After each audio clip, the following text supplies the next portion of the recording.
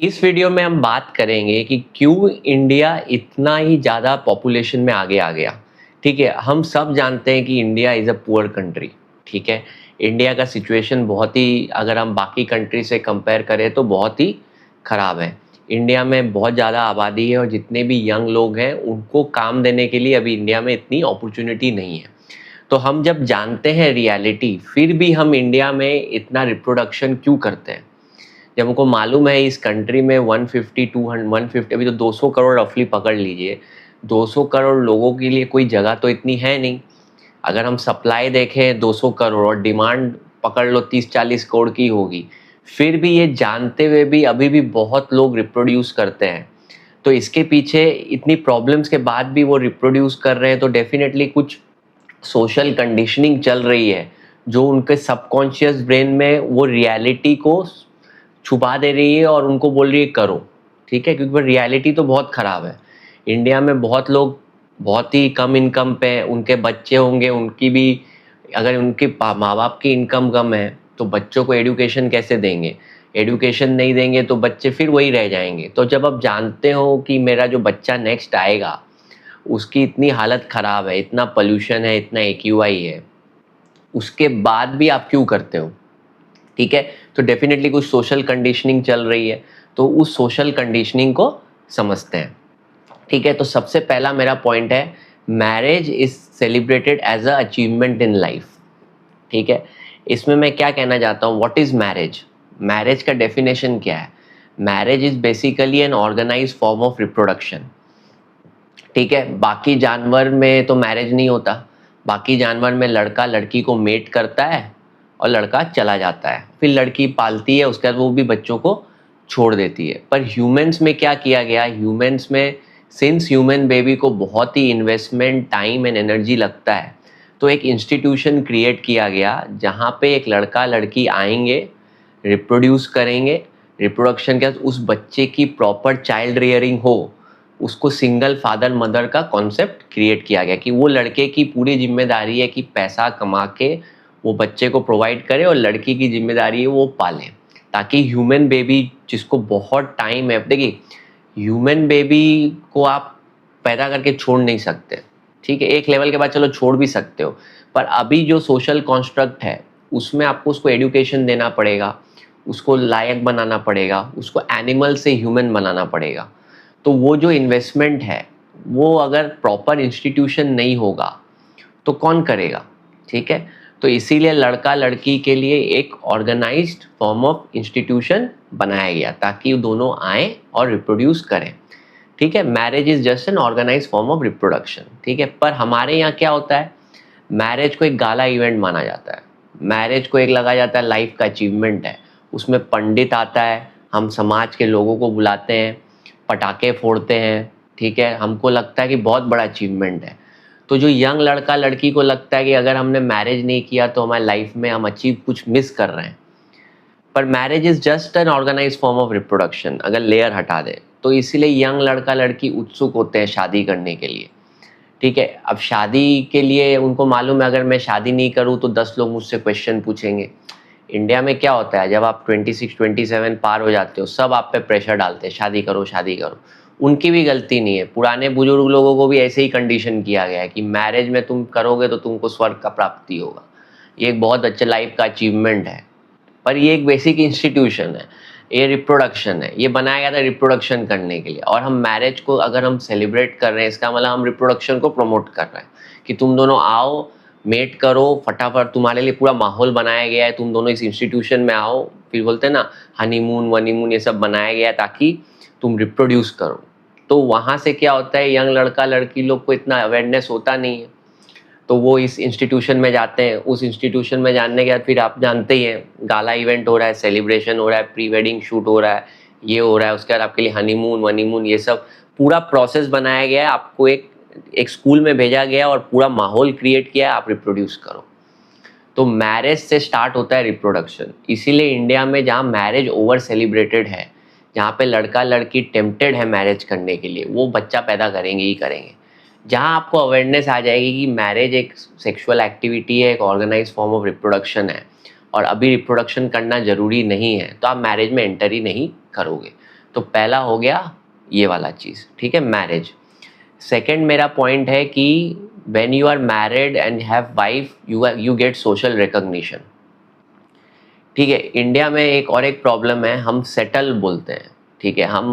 हमको लगता है अगर लड़के ने शादी कर ली, बच्चा कर लिया, वो सेटल हो गया, उसको समाज से रिकॉग्निशन मिलता है, ठीक है। तो लड़का को लगता है कि अगर मुझे समाज में लोगों के बीच रहना है, उनका रिकॉग्निशन चाहिए, तो मुझे मैरिज करना पड़ेगा, मुझे बच्चा पैदा करना पड़ेगा। सोशल वैलिडेशन, सोशल वैलिडेशन क्या कि हम अपने आप को समाज के नज़र में अच्छा बनाना चाहते हैं, और बच्चा करना, शादी करना, घर चलाना, माँ बाप को देखना, बीवी के माँ बाप को देखना, बच्चे को प्रॉपर परवरिश देना, ये एक रोल्स एंड रिस्पॉन्सिबिलिटीज़ ही है। उसको हमने ग्लैमराइज कर दिया, उसको बोला अगर ये तुम नहीं कर रहे हो तो तुम लायक नहीं हो, तुम नालायक हो। तो हमने ये जो गधा वाला काम है कि ये जिम्मेदारी वाला काम को हमने, मैंने बोलते हैं ना, जैसे आप कुछ अचीव कर रहे हो लाइफ में, तो एक लड़का का मेन पर्पस यही होता है, पहला तो शादी, क्योंकि वो ओवर ग्लैमराइज्ड है, उसके बाद जल्दी से बच्चा करूं और सेटल हो जाऊं, क्योंकि सेटल होते ही समाज उसके पीठ पे आके थपथपाएगा कि भाई तुम सेटल हो गए, और करियर वरियर छोड़ दो, तुम बस फटाफट सेटल होने पे सोचो। तो इसलिए यंग लड़का लड़की पूरे मतलब वो देख रहे हैं आजकल, यंग लड़का लड़की लोगों का अवेयरनेस है कि बच्चा करना मतलब इतना टेंशन, इतना इतना एक्सपेंस, इतना इतना स्ट्रेस। तो पहले खुद का सर्वाइवल एट स्टेक है, फिर भी वो बच्चा क्यों कर रहे हैं, क्योंकि एक तो मैरिज एक सेलिब्रेशन है, ठीक है। सेकंड, इसको वो कर दिया गया है, मतलब सेटल वर्ड डाल दिया गया है, ठीक है। तीसरा जो रीज़न है मेरा, children is seen as an insurance premium for your old age. India में क्या होता है, जैसे ही फियर मॉन्गरिंग बहुत होती है। फियर मॉन्गरिंग मतलब क्या, इंडिया में जैसे ही आप एक लेवल पे, सपोज आपने बच्चा नहीं किया, दो लोगों को समझ में आ रहा है यार बच्चा करना नहीं चाहिए, लेकिन उसके पीछे सोसाइटी आके उसको डराएगा, डरा के क्या बोलेगा, अरे बच्चा नहीं करोगे तो बुढ़ापे में कौन देखेगा तुमको। तो उसके अंदर एक फियर डाला जा रहा है कि बच्चा करो मतलब वो तुम्हारा इंश्योरेंस प्रीमियम है। मतलब कितना ही गंदा ट्रांजैक्शनल रिलेशनशिप है, मतलब आप एक बच्चा पैदा ही कर रहे हो ताकि बुढ़ापे में आपको कोई देखे। मतलब सोसाइटी किस लेवल पे गिर जाता है आपको रिप्रोड्यूस कराने के लिए, ठीक है।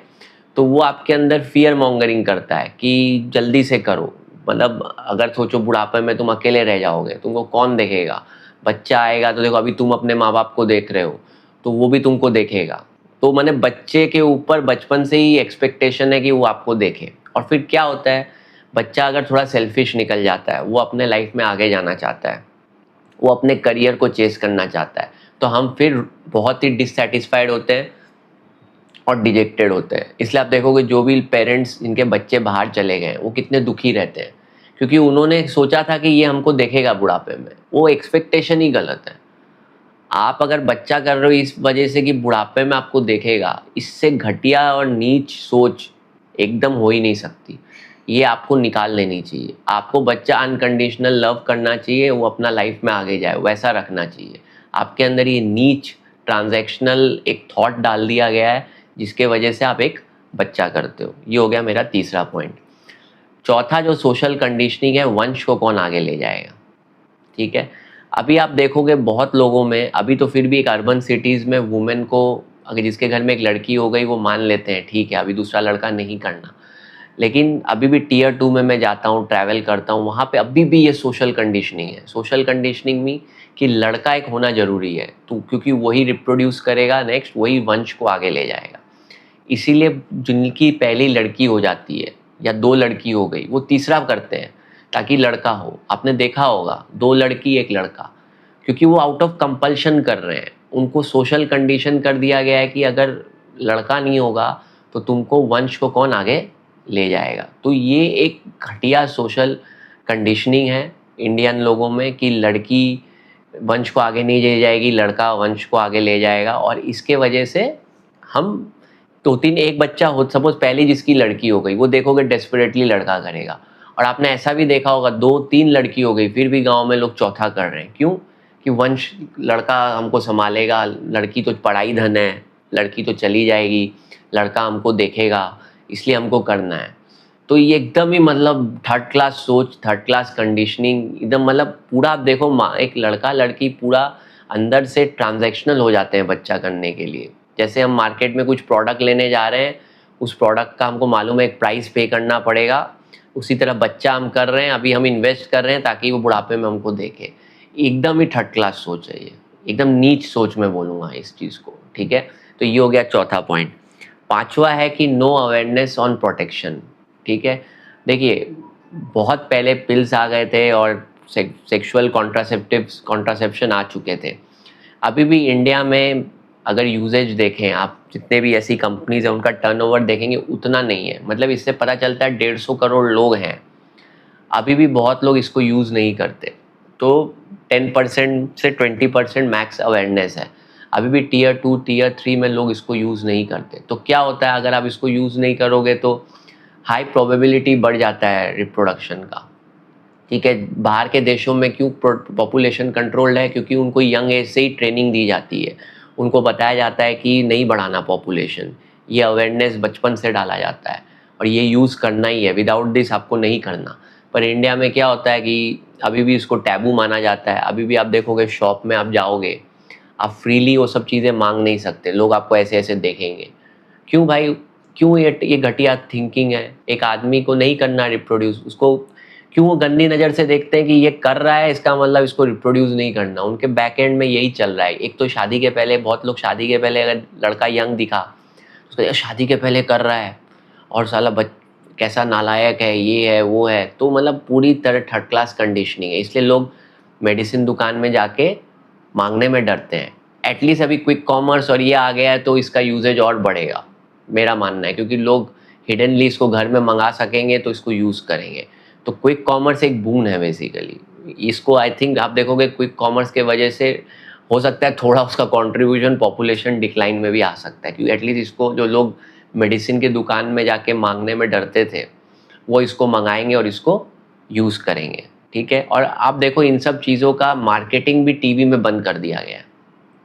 आपने देखा होगा, आप फ्रीली ये सब प्रोडक्ट की हाई मार्केटिंग नहीं देखोगे, क्योंकि सोशल टैबू है तो इनका मार्केटिंग को भी रेस्ट्रिक्ट किया गया है।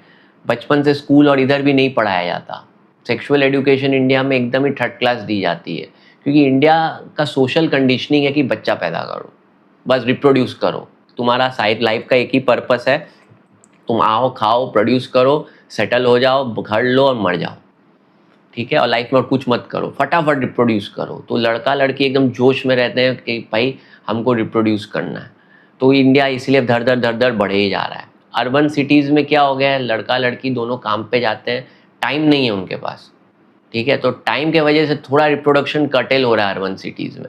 लेकिन अगर उनको टाइम दे दिया जाए ना तो वो भी जो उनके back of the mind conditioning चल रही है वो किए जाएंगे, ठीक है। तो ये एक रीज़न है कि अवेयरनेस नहीं है कॉन्ट्रासेप्शन को लेके, और ये भी एक रीज़न है रिप्रोडक्शन पॉपुलेशन को आगे ले जाने का, ठीक है। छठा पॉइंट है कि you are not expose to any sexual interaction before marriage and your brain is hyper sexualised through content. अभी क्या होता है, बचपन से हम बॉलीवुड मूवीज़ देखते हैं, हम पॉर्न देखते हैं, तो हमारे ब्रेन में एक उस चीज़ को लेके एक बहुत बड़ा डिज़ायर इम्प्लांट कर दिया गया है सेक्स को लेके। तो बचपन से हमें लगता है कि करना है, पार्टनर चाहिए। तो हमारा ब्रेन क्या हाइपर सेक्सुअलाइज्ड हो जाता है, ठीक है। अब बहुत लड़के लोग तो इंडिया में आप जानते हो लड़की से बात नहीं कर सकते, वो डरते हैं, तो उनका इंटरेक्शन विद वुमेन होता ही नहीं टिल 25-26। तो आप सोचो वो एनर्जी जो 16 से 18-20 तक यूज़ निकलनी शुरू होनी थी वो सप्रेस्ड रहती है टिल 26, सेक्सुअल एनर्जी। तो क्या होता है 26 में जैसे ही उसकी मैरिज कराते हो, वो एक सोचो एक बैलून था पूरा फट गया, वो फटता है थपा, वो फिर फटफट 1-2 बच्चे पैदा हो जाते हैं, क्योंकि वो इतना अंदर से दबा हुआ है कि वो निकाल देता है पूरा। इसलिए आप देखोगे फटाक से जो 26-27 में एवरेज लुकिंग लड़के जिनको लाइफ में कोई लड़की नहीं मिली, वो शादी करते हैं, फटाक से 1-2 बच्चे पैदा कर देते हैं, क्योंकि वो दबा हुआ हाइपर सेक्सुअल एनर्जी है जो रिफ्लेक्ट हो रहा है, ठीक है। तो ये भी एक प्रॉब्लम है कि इंडिया में since we are not expose to sexual activity before marriage, उस और कंटेंट हम सेक्सुअल कंज्यूम कर रहे हैं through Bollywood, through porn, through Instagram, everything. तो हमारे अंदर लस्ट एकदम पीक पे आ जाता है, और जैसे ही हम शादी करते हैं वो लस्ट फटता है और बच्चे रिप्रोड्यूस हो जाते हैं, ठीक है, तो ये भी एक रीज़न हो गया। लास्ट मेरा रीज़न है यूथ डजंट हैव वर्क। अभी देखिए, वर्क एक नेसेसरी एक मेडिसिन है पॉपुलेशन को कंट्रोल करने का। जहाँ पे लोग काम में बिजी हैं, उनके पास टाइम कम है, ठीक है, उनकी एनर्जी पूरे काम में जा रही है, तो सेक्सुअल एनर्जी कम हो जाएगी, ठीक है। अभी हस्बैंड वाइफ जैसे अर्बन सिटीज़ में दोनों जा रहे हैं काम पे, ट्रैफिक में ये वो आके वो बोलते हैं नहीं करना हमको बच्चा, इसके बाद हम कैसे पालेंगे, तो उनके पास एनर्जी नहीं बचती।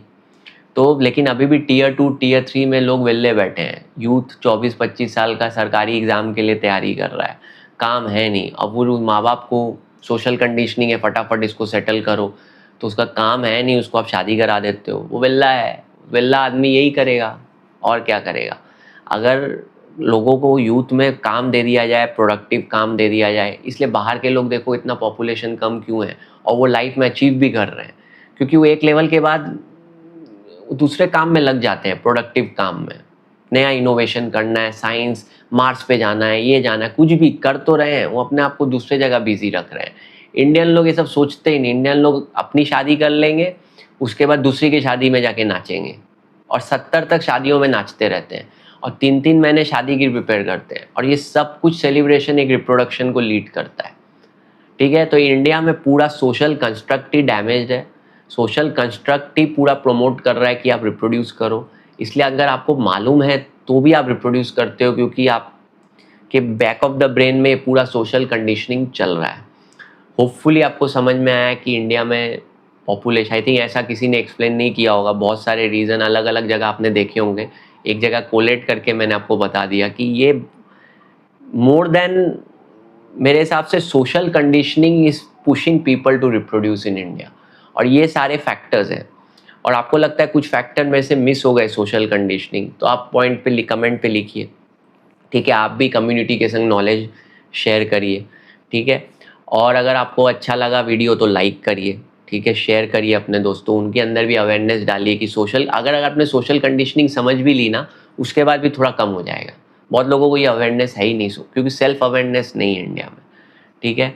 अगर आपको मेरे से 1-to-1 कनेक्ट करना है तो लिंक डिस्क्रिप्शन में।